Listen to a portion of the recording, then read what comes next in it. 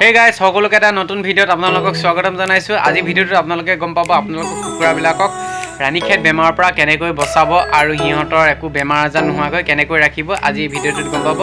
আপোনালোকে ভিডিঅ'টো শেষলৈকে চাব বুলি আশা কৰিছো। বলক তেন্তে আজি ভিডিঅ'টো আৰম্ভ কৰোঁ।